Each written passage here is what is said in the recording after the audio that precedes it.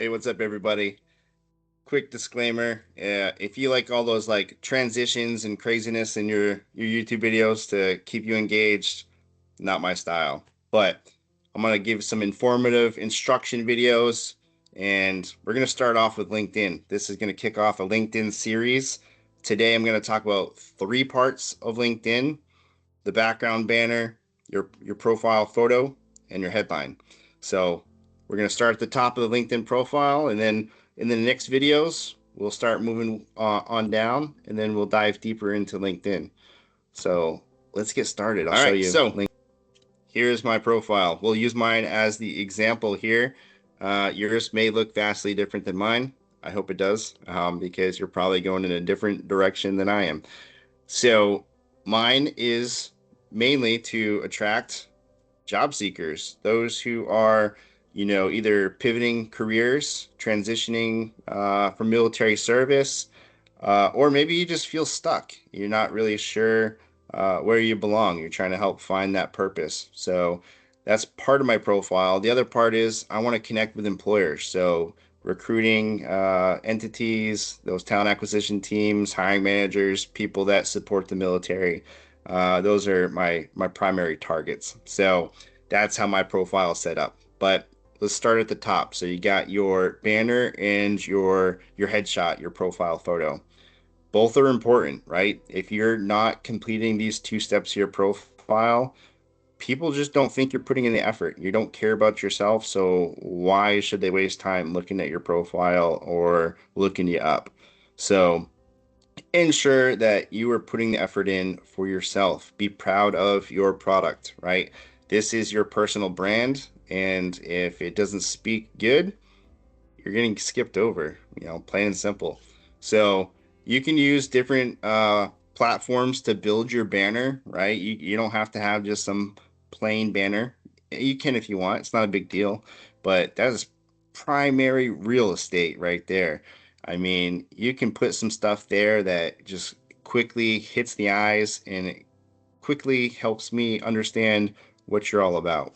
So you can use Canva. That's my favorite one, but I'm a marketing nerd, so I use that for lots of things. But you can use other different platforms. You could probably even use AI to come up with something pretty creative. But do yourself a service and just get one. All right. Headshots, all right. Your profile photo is super important, right? This is your first impression on whomever's creeping and stalking your profile. So you want to make sure it is a good one, right? Another important part of this is when you go to these networking events, which we'll talk about in another series, make sure you look like your headshot. All right.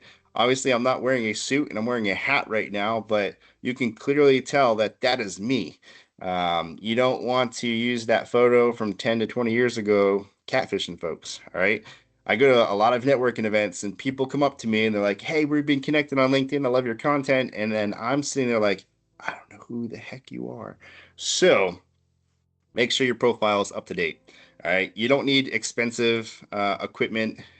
You can take a good headshot with your phone. You can use different tools like Canva, and make the one like I have. I just remove the background, put a cool background behind it that I liked, and bam. You can use AI. That's up to you.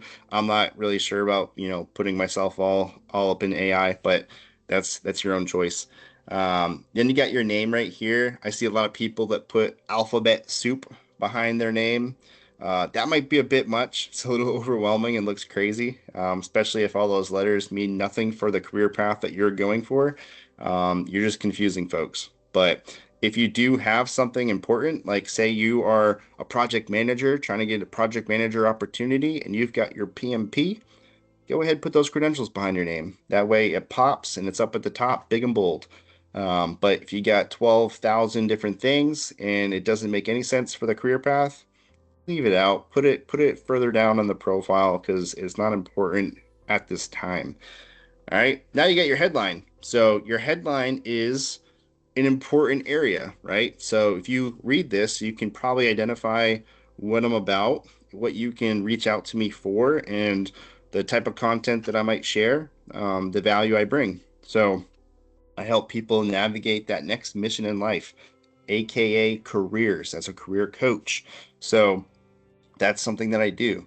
If you're part of a alum, network, add that up there. The George W. Bush Presidential Institute went through their veteran leadership program, pretty prestigious. Now I got a really cool network of alum. So that's just my like beacon or calling card to fellow alum right there. Instant credibility. Now you've got your location. For the longest time, I didn't think location was important until I got into HR and started using LinkedIn Recruiter. And boy, was I wrong. You need to have the location dialed in, right? So I live in a small town, middle of nowhere. A recruiter is never looking up my town in LinkedIn Recruiter when they're looking for talent. So make sure you're using the larger metropolitan area around you because you'll pull up in their search features when they're looking for talent. That's an important thing to think about. A lot of companies also have mile radius knockouts, and what that means is if, say, you're over 60 miles from our office, we might not consider you for employment. So that's something some employers do, and they're not going to tell you that. They don't disclose it. It's just one of those things that recruiters just they do in the background. So that's some information. Obviously, you get contact info here too. This is my real email. Please don't just go crazy and spam the hell out of me.